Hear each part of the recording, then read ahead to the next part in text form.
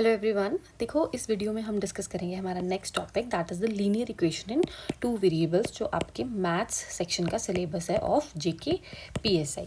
देखो, linear equations में हमें क्या करना होता है, हमें पूरी डिटेल दे के रखी होती है। जैसे ये क्वेश्चन एक मैंने लिखा हुआ है, पूरी डिटेल आपको दे के रखी होगी and then you have to find जो अभी आपको पूछा गया होगा। देखो, क्वेश्चन से स्टार्ट करते हैं। सबसे पहले आपको इक्वेशंस फ्रेम करनी है। यहाँ पे बोला गया है कि एक लड़की है, वो एक मेले में गई है जहाँ पे उसने एक गेम खेली, दैट इज़ द हुपला। और उसने जो वो गेम खेली है is half the number of rides she had on a giant wheel. मतलब उसने वहाँ पे गेम्स भी खेली हैं और उसने वहाँ पे राइड भी ली है एक जाइंट व्हील पे। फिर उसके बाद जो राइड है उसकी कॉस्ट उसको पड़ी 3 रुपीज़ की, और जो गेम ऑफ हुपला उसने खेला वो उसको पड़ा 4 रुपीज़ का। ठीक है, यहाँ से हमें 2 इक्वेशंस मिल गई। और उसने ये भी बताया है कि कितने पैसे उसके पास हैं, 20 रुपीज़ जो है वो उसने टोटल वहाँ पे खर्च किए। अब आपको फाइंड आउट करना है कि उसने कितनी राइड्स ली होंगी और कितनी बार उसने जो है वो हुपला वहाँ पे खेला। देखो, इस क्वेश्चन को स्टार्ट कैसे करना है। सबसे पहले आपको क्या करना है, वेरिएबल्स देने हैं, प्रिज्यूम करना है। लेट अस सपोज कि उसने हुपला, आपको पता नहीं है ना कि उसने हुपला जो है वो कितनी बार खेला है। ठीक है, तो लेट अस सपोज उसने जो हुपला खेला दैट इज x टाइम्स।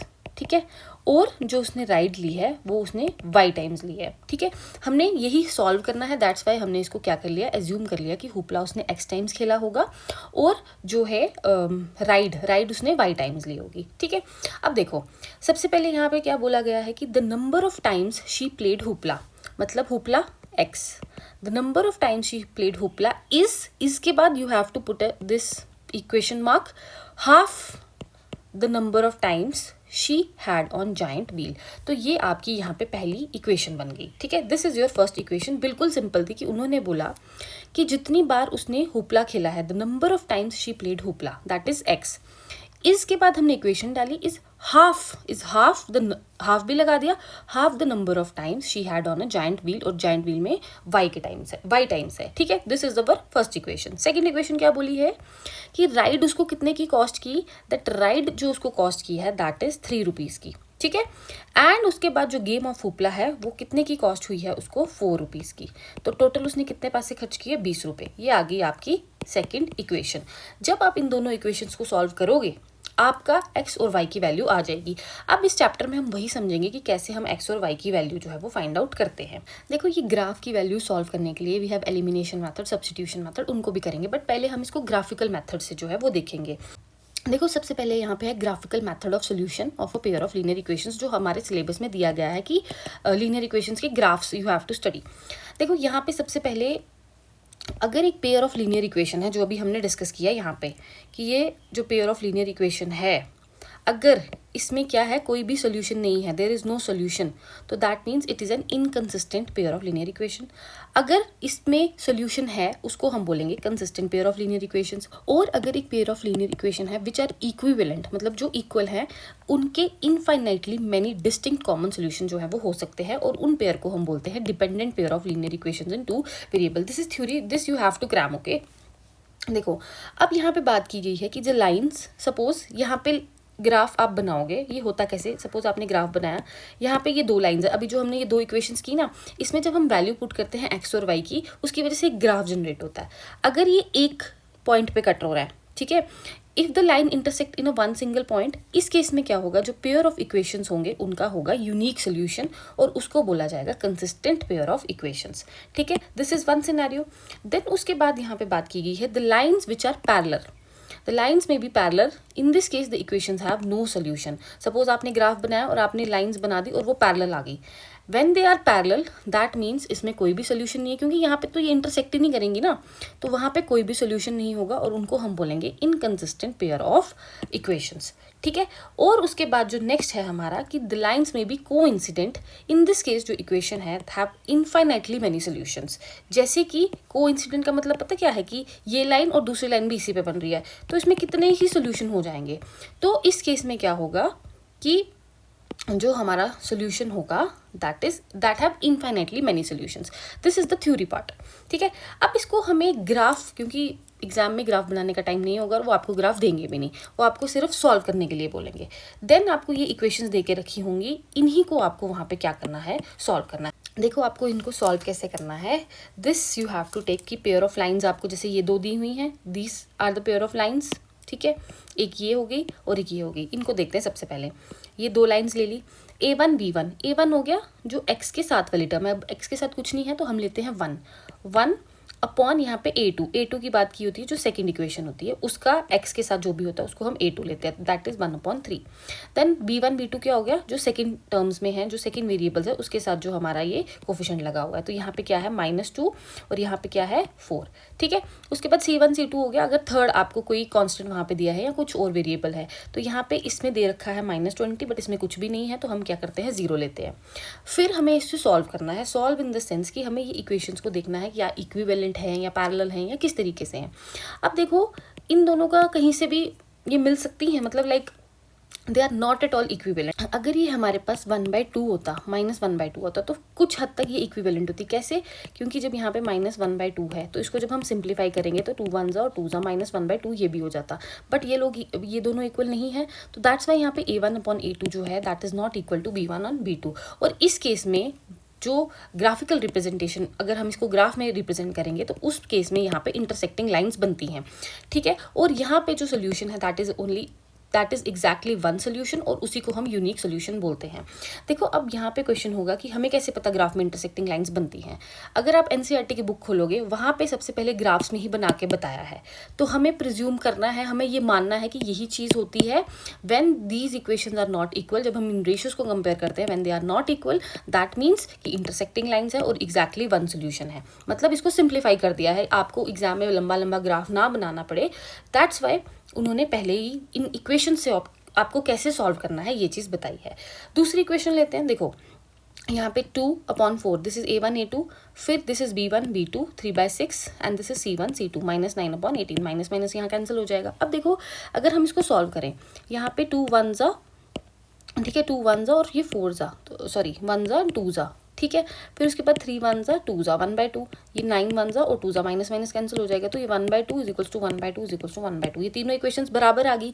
तो यहाँ पे क्या होंगी, जो लाइंस होगी दे आर कोइंसिडेंट और इसमें जो है there are many infinitely many solutions. और अगर हम इनफाइनाइटली मैनी सोल्यूशंस की बात करें तो यहाँ पे लाइंस, अभी मैंने आपको बताया कि लाइंस कैसी होती हैं, बिल्कुल ही एक के ऊपर एक, तो यहाँ पे कितने ही सोल्यूशंस जनरेट हो जाएंगे, ठीक है। तो ये चीज़ भी याद रखनी है। नेक्स्ट देखते हैं अब हम लोग कि यहाँ पे अगली इक्वेशन किस तरीके से सॉल्व करनी है। देखो यहाँ पे 1/2, 2/4 यहाँ पे ले लिया, -4/12। अगर हम इसको सॉल्व करें तो यहाँ पे this is 1/2 is equals to 2 1 जा 2 जा 1/2, बट इज इक्वल्स टू 4 1 जा और ये 3 जा, this is not equal to 1/3।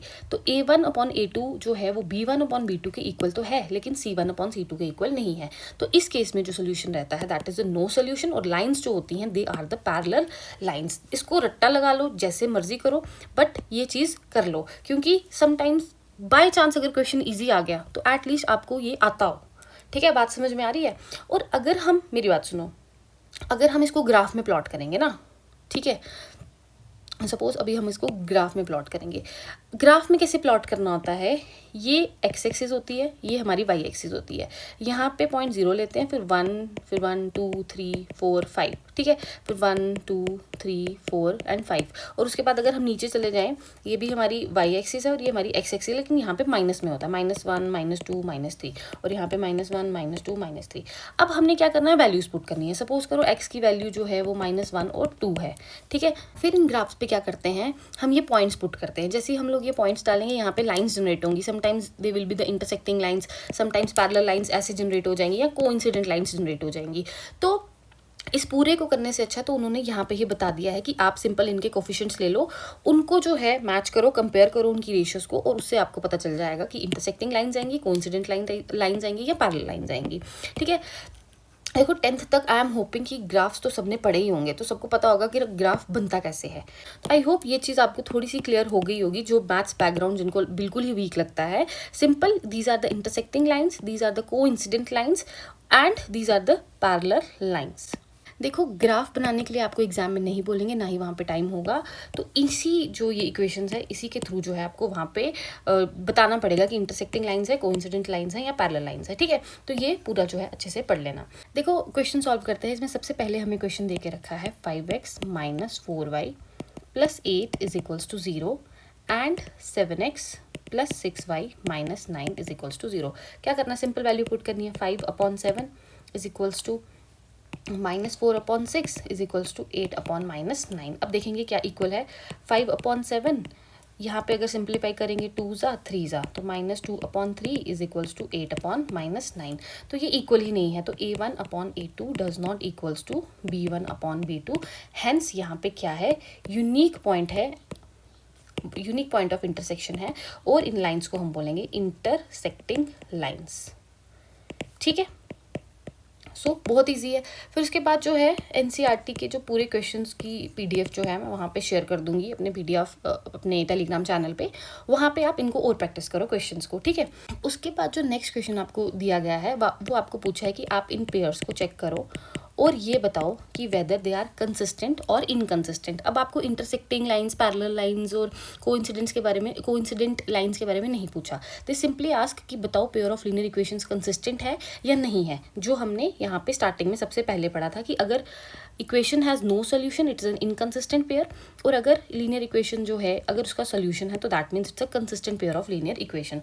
इसको अभी डिस्कस करेंगे हम लोग। देखो इसमें सबसे पहला क्वेश्चन क्या दिया है, 3x plus 2y is equals to 5 and 2x minus 3y is equals to 7. This is A, this is B, B1, this is C1, A2, B2, C2.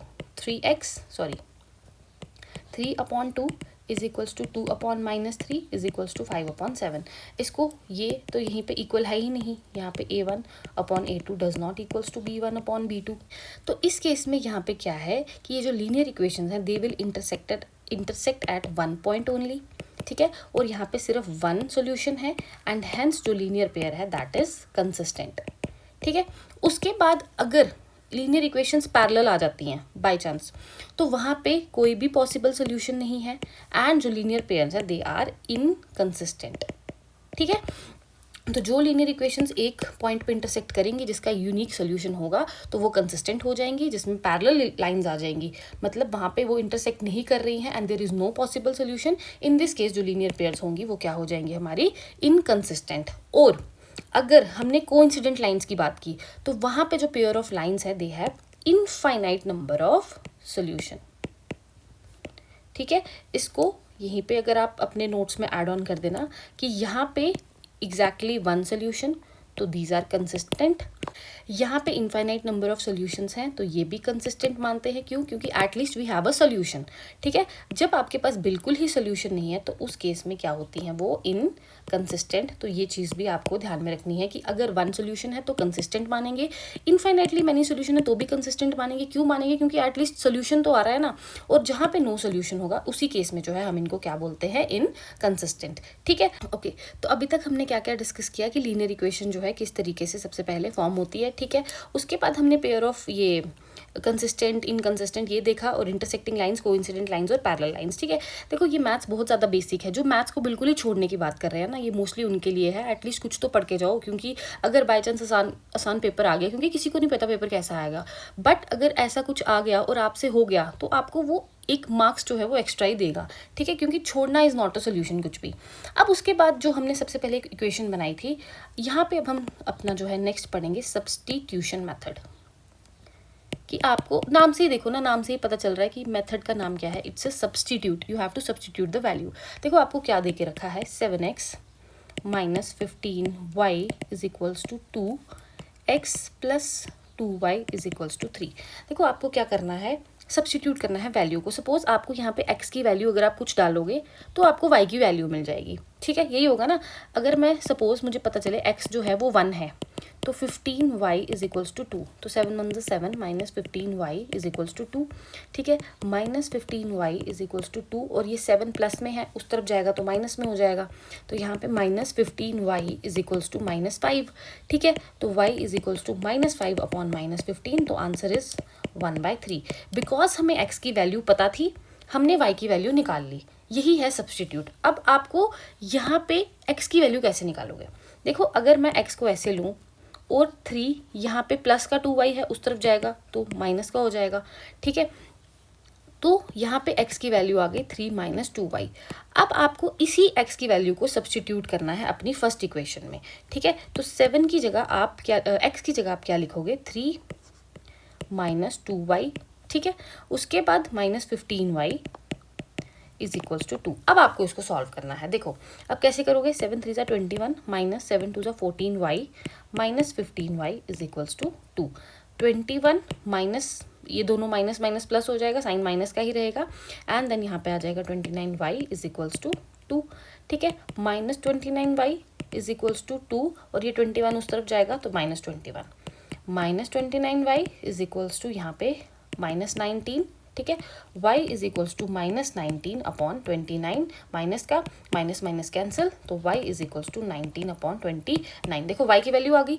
अब इस y को यहाँ पे पुट कर दो x की जगह पे।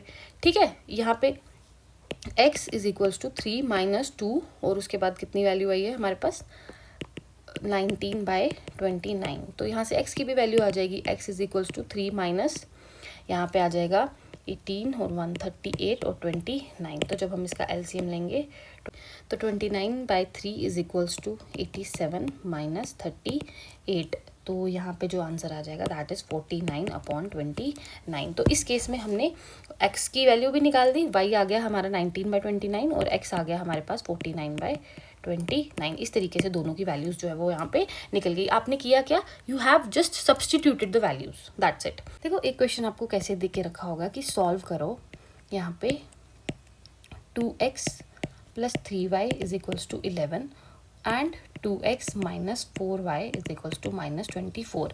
आपको इसको फाइंड करना है एंड देन आपको फाइंड करना है वैल्यू ऑफ m। तो m के लिए क्या इक्वेशन दी गई है, y is equals to mx plus 3।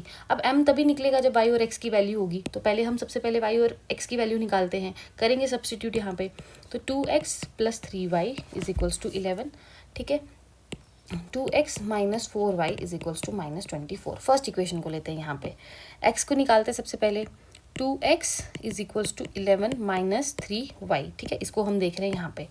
फिर x is equals to 11 minus 3y upon 2।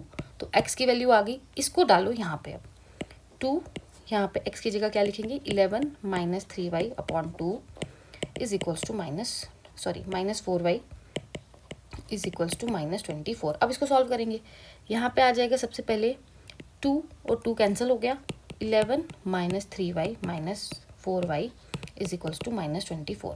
11 minus 7y is equals to minus 24। फिर उसके बाद minus 7y is equals to minus 24 minus 11। तो minus 7y is equals to 35 minus, यहाँ पे y की value आ जाएगी minus 35 upon minus 7, y is equals to 5। y की वैल्यू आ गई हमारी 5। अब इसको हम क्या करेंगे, पुट करेंगे इस इक्वेशन में। x is equals to 11 minus 3 into 5 upon 2। तो 11 माइनस 15 अपॉन 2। तो यहाँ पे जो वैल्यू आ जाएगी दैट इज माइनस 4 अपॉन 2। तो x इज इक्वल्स टू 2 1 और माइनस 2। x की वैल्यू आ गई माइनस 2, x मिल गया, y मिल गया। अब इन दोनों की वैल्यू पुट कर लो यहाँ पे। y is equals to mx plus 3। y कितना है 5, m दिया नहीं है, x दिया minus 2 plus 3। 5 is equals to minus 2m plus 3। 3 को उधर भेज दो, 5 which implies 5 minus 3 is equals to minus 2m। यहाँ पे आ जाएगा 2 is equals to minus 2m। ठीक है, तो m is equals to minus 2 upon 2, क्योंकि ये 2 यहाँ पे डिवाइड में चला गया, 1 माइनस कैंसिल, यहाँ पे 1 आ जाएगा। तो m की वैल्यू आ गई हमारे पास माइनस 1। इस तरीके से भी आपको एग्जाम में क्वेश्चन आ सकता है and you have to solve this. ठीक है, अब देखो ये हो गए सिंपल क्वेश्चन। अब आएंगे आपको स्टेटमेंट क्वेश्चंस। आपको वहाँ पे स्टेटमेंट दे के रखी होगी, जैसे कि बोला होगा the larger of the two supplementary angles, ठीक है, the larger of the two supplementary angles exceeds the smaller by 18 degrees। अब आगे बोला है फाइंड देम। ठीक है, you have to find them. आपको इक्वेशन दी जाएगी, मतलब यहाँ पे जो लार्जर, जो देखो 2 सप्लीमेंट्री एंगल्स की बात की गई है, उसमें से जो 2 बड़ा एंगल है, मतलब जैसे लेट सपोज 2 एंगल्स हैं, एक 78 ले लो और उसके बाद एक जो है वो आप 12 ले लो। ठीक है, तो यहाँ पे बोला गया है कि जो लार्जर, जो बड़ा एंगल है वो एक्सीड करता है स्मॉलर को बाय 18 डिग्री। मतलब x बड़ा एंगल है, दिस इज प्लस 18, और उसके बाद जो छोटा एंगल है that is y। This is the first equation. Second equation कहाँ से आएगी, वो आ जाएगी हमारे सप्लीमेंट्री एंगल से। अब हमें पता है कि दो एंगल्स जो सप्लीमेंट्री एंगल्स होते हैं उनका सम होता है 180 डिग्री का। तो ये आ गई हमारी सेकेंड इक्वेशन। अब वैसे ही हमें एक्स और वाई की वैल्यू निकालनी है, तो पहले एक्स निकालो, ठीक है। यहाँ पे अगर हम ऐसे ले लें x is equals to y minus 18, तो यहाँ पे अगर हम इसको पुट करें तो वाई की वैल्यू आ जाएगी, जब वाई की आ जाएगी तो एक्स की आ जाएगी। इस तरीके से आपके जो दोनों एंगल्स है वो निकल जाएंगे। कहने का मतलब ये कि पहले आपको सिंपल क्वेश्चन दे दिए कि हाँ इनको सॉल्व करो, अब आपको स्टेटमेंट बेसिस पे क्वेश्चन आएंगे, जैसे कि सप्लीमेंट्री एंगल और कॉम्प्लीमेंट्री एंगल्स पता होने चाहिए, इनका सम कितना होता है। सप्लीमेंट्री का होता है 180 डिग्री का। दो एंगल्स सप्लीमेंट्री तब होते हैं जब दोनों को ऐड करो तो उनका सम 180 डिग्री के बराबर आता है। कॉम्प्लीमेंट्री एंगल्स वो होते हैं जब दो एंगल्स के सम को ऐड करो और वो 90 डिग्री के इक्वल जो है वो उनका सम आएगा, ठीक है। So this is the difference. ऐसे ही आपको जो है सारी इक्वेशंस बना बना के जो है वो सॉल्व करना है। देखो एक और क्वेश्चन बताती हूँ। यहाँ पे बोला गया है कि एक कोच है क्रिकेट टीम का, उसने 7 बैट्स खरीदे, ठीक है, एंड 6 बॉल्स खरीदी, ठीक है, और उसके लिए उसने कितने पैसे पे किए 3800। तो लेट अस सपोज बैट जो है वो एक्स है और बॉल्स जो है वो वाई है, तो 3800। उसके बाद लेटर शी बाइज 3 बैट्स और 3 बैट्स एंड 5 बॉल्स और वो कितने के खरीदे 1750 के। अब हमें कॉस्ट निकालनी है। कॉस्ट कैसे निकालेंगे, एक्स और वाई की वैल्यू निकालनी है ना। तो सिंपल, जैसे अभी हमने सब्स्टिट्यूशन मेथड जो है वो यूज़ किया, एक्स और वाई की वैल्यू उस तरीके से आपको फाइंड आउट करनी है, ठीक है। देखो इसमें डिफिकल्टी क्या आती है, इन इक्वेशंस को सॉल्व करना। ये अपने में डिफिकल्टी है, क्योंकि अगर आपका माइनस का या प्लस का साइन भी आगे पीछे हो गया या डिवाइड मल्टीप्लाई गलत हो गया, पूरा क्वेश्चन गलत हो जाएगा और जितनी मेहनत की होगी वो बर्बाद। तो इसीलिए इनको जितना प्रैक्टिस करूंगी, दैट्स वाई मैं बोलती हूँ जितना प्रैक्टिस करोगे उतना आएगा। मैं ये पूरा एनसीईआरटी की वहाँ पे जो है पीडीएफ चढ़ा दूंगी, इसको सॉल्व करो, ठीक है। और जो लोग सोच रहे हैं कि नहीं ये बहुत ज़्यादा बेसिक है, हमें एडवांस करना है, आप लोग वो PYQ सॉल्व करो वेरियस अदर एग्जाम्स के।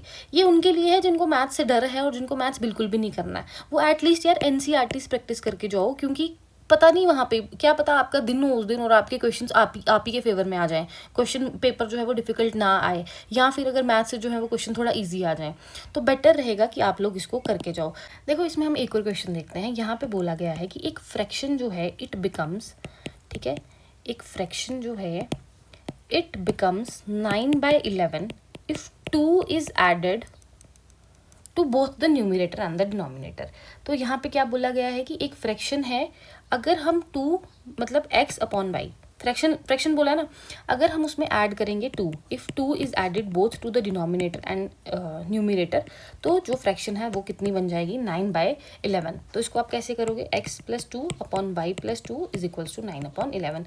ये आपको दे दी एक इक्वेशन, ठीक है। अब नेक्स्ट लाइन क्या दी गई है, if 3 is added to both the numerator and denominator, अगर 3 ऐड करें तो उसकी वजह से जो फ्रैक्शन है वो क्या बन जाएगी 5/6। तो इसको सॉल्व करो, एक्स और वाई की वैल्यू निकालनी है। सब्स्टिट्यूशन मेथड देखा, उसी के बेसिस पे इनकी क्या करनी है, वैल्यू निकालनी है। सिर्फ इक्वेशन दी होगी, इक्वेशन बनाना सीखो। यहाँ पे पता क्या इंपॉर्टेंट है, इक्वेशन को बनाना सीखना।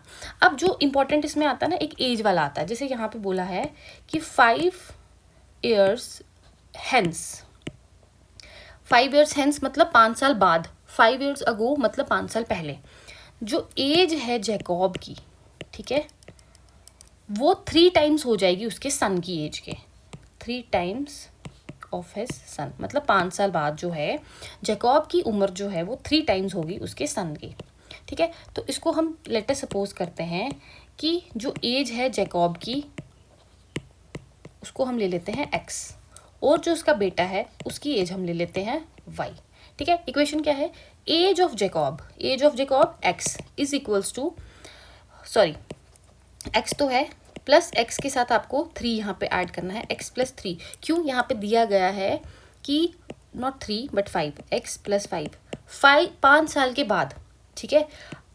यहाँ पे x के साथ 5 ऐड करने का एक ही पर्पस है कि 5 साल बाद की बात की गई है, इसीलिए x के, अभी आज उसकी उम्र सोचो 40 है, 5 साल बाद 45 हो जाएगी ना, इसीलिए इस 5 को ऐड किया, ठीक है। 5 साल बाद इसकी उम्र जो है वो 3 टाइम्स हो जाएगी इसकी सन के, तो 3 टाइम्स यहाँ पे 5, y प्लस 5, क्योंकि बेटे की भी तो 5 साल के बाद उम्र पड़ेगी ना, तो y plus 5 this is 3 times. ये आपकी एक इक्वेशन बन गई। इसको x plus 5 is equals to 3y plus 5, ये बनी आपकी एक इक्वेशन, ठीक है। दूसरा बोला गया है 5 years ago, अब क्या किया है 5 years ago, 5 साल पहले, Jacob's age was 7 times that of his son. जो जैकॉब की एज है which is x minus 5 is 7 times of his son y minus 5। ये कैसे किया, बिकॉज यहाँ पे बोला है 5 साल पहले, तो 5 साल पहले उसकी 5 साल उम्र कम कर दो, इज़ 7 टाइम्स, 7 टाइम्स होगी उसकी सन की एज की। अब सन में से भी तो 5 ईयर्स माइनस हो जाएंगे ना, क्योंकि 5 साल पहले की बात की गई है। तो यहाँ पे इक्वेशन बन गई x minus 5 is equals to 7y minus 35। इसको सॉल्व करना है, सब्स्टिट्यूशन मेथड लगाओ। अभी एक एलिमिनेशन मेथड है, उसको भी डिस्कस करेंगे। इन्हीं 2 मेथड्स के बेसिस पे आपको ये क्वेश्चंस क्या करने हैं, सॉल्व करने हैं। देखो एनसीईआरटी में ना स्ट्रिक्टली बोला होता है कि एक्सरसाइज दी होगी ना, एक्सरसाइज ये दिस तो 3.2 है, यहाँ पे इससे पहले सब्स्टिट्यूशन मेथड करवाया, तो वहाँ पे वो पूरे क्वेश्चन सब्स्टिट्यूशन मेथड से ही करते हैं। आप एलिमिनेशन मेथड से भी करते हो। अभी हम डिस्कस करेंगे कि एलिमिनेशन मेथड क्या। देखो नेक्स्ट हम लोग डिस्कस करते हैं हमारा एलिमिनेशन मेथड की। अब यहाँ पे हमें एक जो है वेरिएबल x या y को उसको एलिमिनेट करेंगे and then we will find out the answer. देखो इसमें हम लोग एक एग्जाम्पल से समझते हैं, that is 9x minus 4y is equals to 2000. Then 7x minus 3y is equals to 2000. देखो हमें क्या करना है, इसको एलिमिनेट करना है। एलिमिनेट करने के लिए हमें क्या करना पड़ेगा, इन दोनों को सेम बनाना पड़ेगा। मतलब या तो हम x को सेम बनाएंगे या तो हम लोग y को सेम बनाएंगे, ठीक है। तो हम लोग क्या करेंगे, मल्टीप्लाई करेंगे इक्वेशन 1 को किससे, 3 से, और इक्वेशन 2 को बाय 4 से, सो दैट कि हम इनका एक वेरिएबल जो है वो इक्वल बना सके। देखो इसको हमें किससे मल्टीप्लाई करना है, 3 से, इसको हम मल्टीप्लाई करेंगे 4 से। 27x minus 12y is equals to 6000। पूरी इक्वेशन को मल्टीप्लाई करना है। यहाँ पे 28x minus 12y is equals to 8000। देखो इक्वल हो गई ये। अब इनको क्या करो, इनको कर दो सब्ट्रैक्ट, ठीक है। When you will subtract this, ठीक है, यहाँ पे साइन चेंज हो जाएंगे, माइनस ये प्लस का हो जाएगा तो ये माइनस का हो जाएगा। और यहाँ पे देखो जब भी आप सब्ट्रैक्ट करते हो ना इन इक्वेशंस को, तो जो ये साइंस जो हैं ये चेंज होते हैं, बिकॉज जब आप मैथमेटिक्स में पढ़ते हो कि subtract this equation from that, तो जो फ्रॉम वाली टर्म होती है उनके सारे के साइंस जो हैं वो चेंज हो जाते हैं। मैंने आई थिंक जो फर्स्ट वीडियो थी अलजेब्रिक आइडेंटिटीज़ वाली, उसमें मैंने डिस्कस की थी, ठीक है। तो यहाँ पे क्या होगा, साइंस चेंज हो जाएंगे, यहाँ पे प्लस है, यहाँ पे भी माइनस हो जाएगा, यहाँ पे आ जाएगा माइनस एक्स। अब ये प्लस 12y है और माइनस 12y है, प्लस माइनस माइनस, और ये आंसर इज 0, करेंगे माइनस। तो यहाँ पे ये हमने क्या कर दिया, कट कर दिया। तो यहाँ पे माइनस एक्स जो है वो किसके इक्वल आ गया, माइनस 2000 के। अब ये माइनस माइनस दोनों तरफ है, इसको भी कट कर दो। तो एक्स की वैल्यू यहाँ पे कितनी आ गई, 2000। एक्स की वैल्यू आ गई ना। अब एक इक्वेशन उठा लो, उसमें x की वैल्यू पुट कर लो, ठीक है। ये वाली इक्वेशन उठानी होती है आपको। तो 9x की जगह हम क्या डालेंगे, 2000 minus 4y is equals to 2000। तो 18000 minus 4y is equals to 2000, minus 4y is equals to 2000 minus 18000।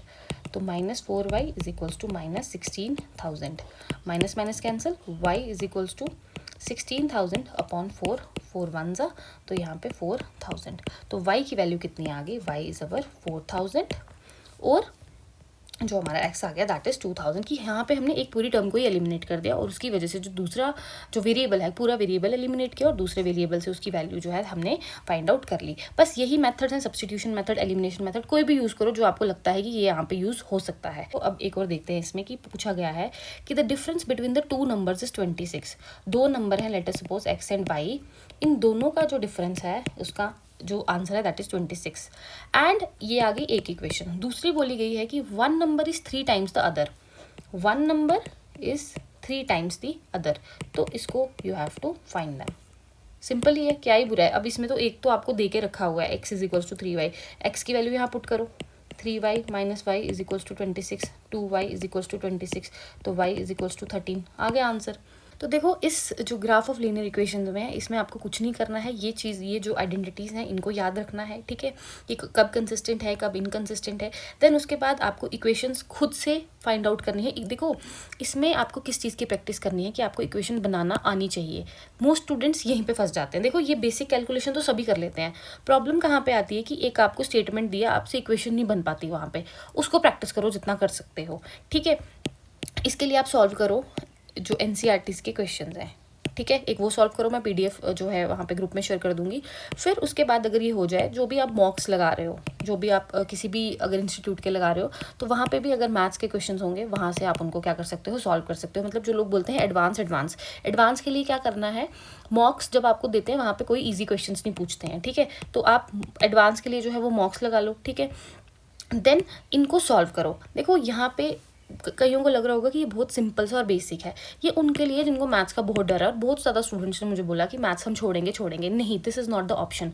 जब आपको एग्ज़ाम लेना है, आप कोई भी जो है सब्जेक्ट वहाँ पे छोड़ नहीं सकते, ठीक है। तो बेसिक है, इसको थोड़ा बहुत पढ़ लो, it will help you in the exam, ठीक है। कोई भी अगर डाउट है वो मुझे कमेंट्स में पूछ लेना। Thank you.